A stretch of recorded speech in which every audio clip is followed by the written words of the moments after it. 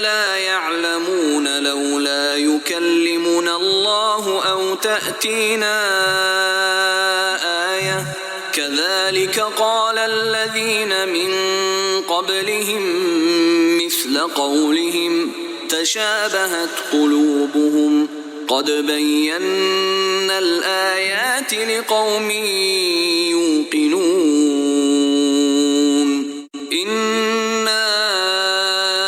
أرسلناك بالحق بشيرا ونذيرا ولا تسأل عن أصحاب الجحيم ولن ترضى عنك اليهود ولا النصارى حتى تتبع ملتهم قل إن هدى الله هو الهدى ولئن اتبعت أهواءهم